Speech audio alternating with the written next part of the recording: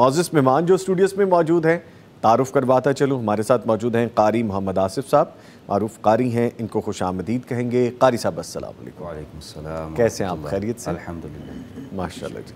इनके साथ आपकी प्रोग्राम का बाकायदा आगाज़ करते हैं। कारी साहब की जानिब चलते हैं। तलावत कुरान करीम से आगाज़ कीजिए, फिर आगे बढ़ेंगे। अऊज़ु बिल्लाहि मिनश शैतानिर रजीम।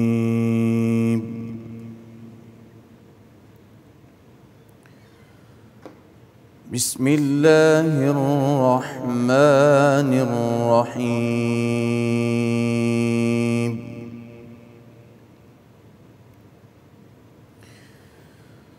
यौम नत्विस السماء كطي السجل للكتب كما بدأنا أول خلق. ما شاء الله ما شاء الله ما شاء الله. كما بدأنا أول خلق نعيده.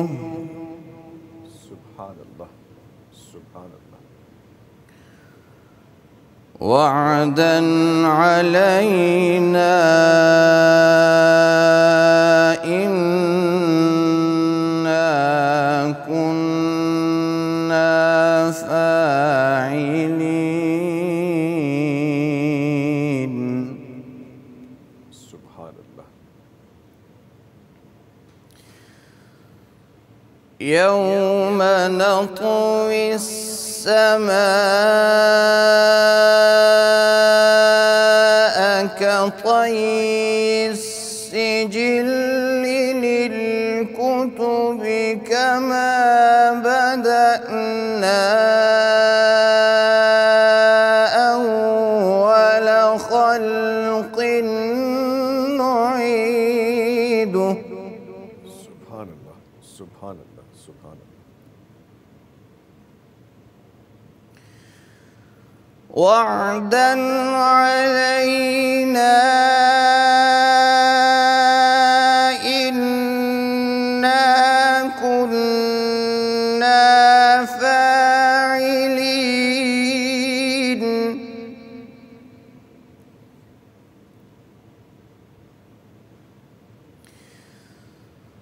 ولقد كتبنا في الزبور من بعد الذكر أن الأرض يرثها عبادي الصالحون.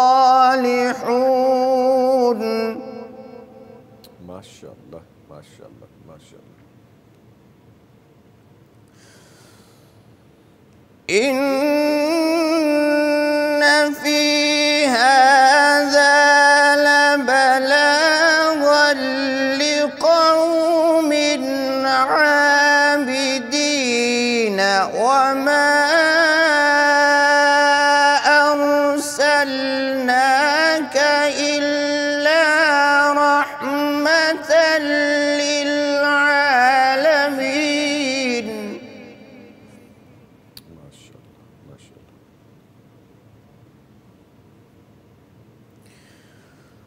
وما أرسلناك إلا رحمة للعالمين.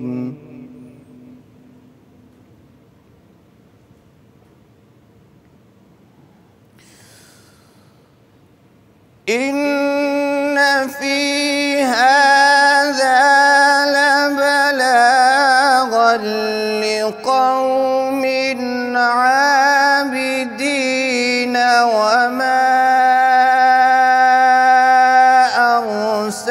أرسلناك إلا رحمة للعالمين.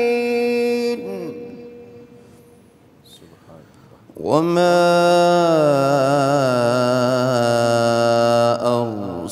अर्सलनाका इल्ला रहमतन लिल आलमीन। सदक़ल्लाहुल अज़ीम। सुभान अल्लाह, जज़ाकल्लाह। अल्लाह ताला आपको जज़ाए खैर अता फ़रमाए। कारी साहब, कुरान करीम का ख़ासा ये है कि हम इसको जब पढ़ते हैं, सुनते हैं, समझने की कोशिश करते हैं तो उतरता है ये आपके अंदर, और जब अंदर उतरना शुरू हो जाए कलाम इलाही तो फिर ज़िंदगियों में